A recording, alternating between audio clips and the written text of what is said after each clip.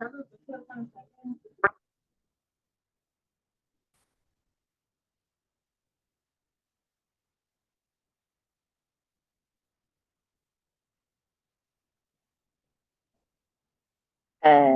Good afternoon. I'm Faith Momo, and in today's class, we're going to talk about oral literature. Okay, let's start with the introduction to oral literature. Oral literature is a simple yet all-inclusive definition of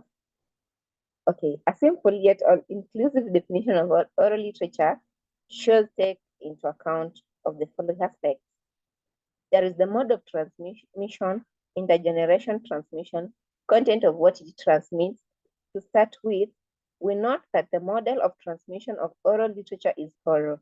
The word oral means by word of mouth. Secondly, the transmission is from one generation to another.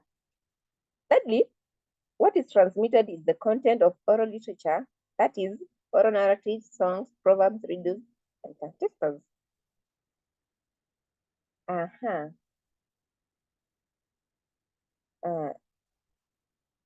The oral narratives, songs, proverbs, riddles, and transcriptions were composed and transmitted orally from one generation to another. However, with time, the definition has changed slightly because of the mode of transmission, which has broadened to include other modes like the written. However, the above definition would suffice for oral literature. Let's look at the functions of oral literature. Oral literature is a source of entertainment.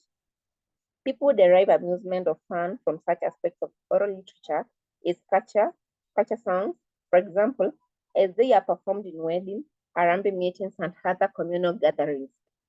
Oral literature helps people to pass time and derive enjoyment. Secondly, oral literature teaches or educates people on moral values or good behavior. Songs, for instance, communicate a direct message and attack immorality. Proverbs also speak a direct moral message which a narrative leads to moral lesson. Again, oral literature sensitizes people on social media and communal values. Values upheld by the community are taught through oral literature on the importance of unity. For instance, a community would have proverbs like unity is strength. That is kidole moja kivunji chawa. One finger alone cannot kill a louse. Oral literature teaches about culture,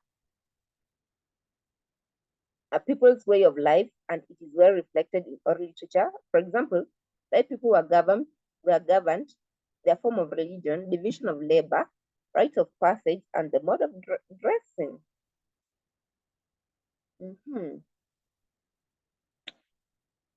Oral literature, it gives people confidence in their culture as they get to understand why a community lives the way it does.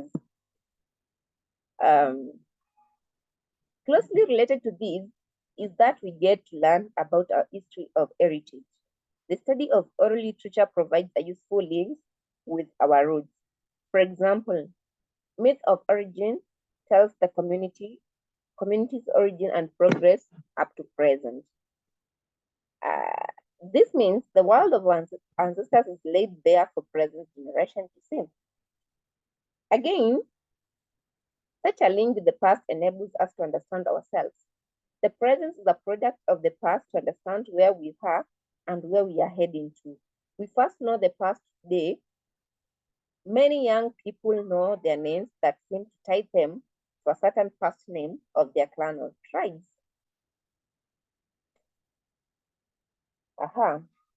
Having understood our culture, form of good background for us to know other people's culture.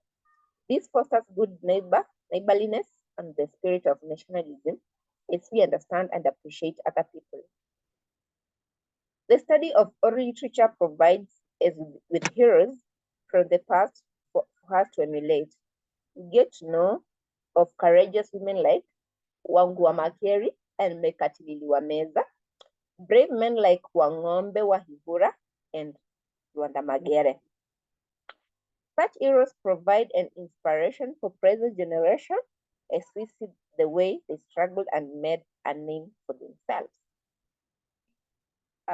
Oral literature helps to develop language skills, sense of creativity, wit, and even to sharpen speech.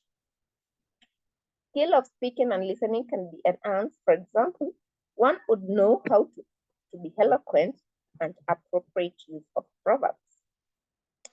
Let's go and see the classifications of oral literature. Oral literature exists in various forms or groups or categories that are referred to in academic jargon as genres of oral literature. The main genres of oral literature are oral narratives, songs or oral poetry, proverbs and wise sayings, riddles, tongue twisters, or babble of play. These are the classification of oral literature. And in our next class, we are going to break them down one by one. That's the end of our lesson.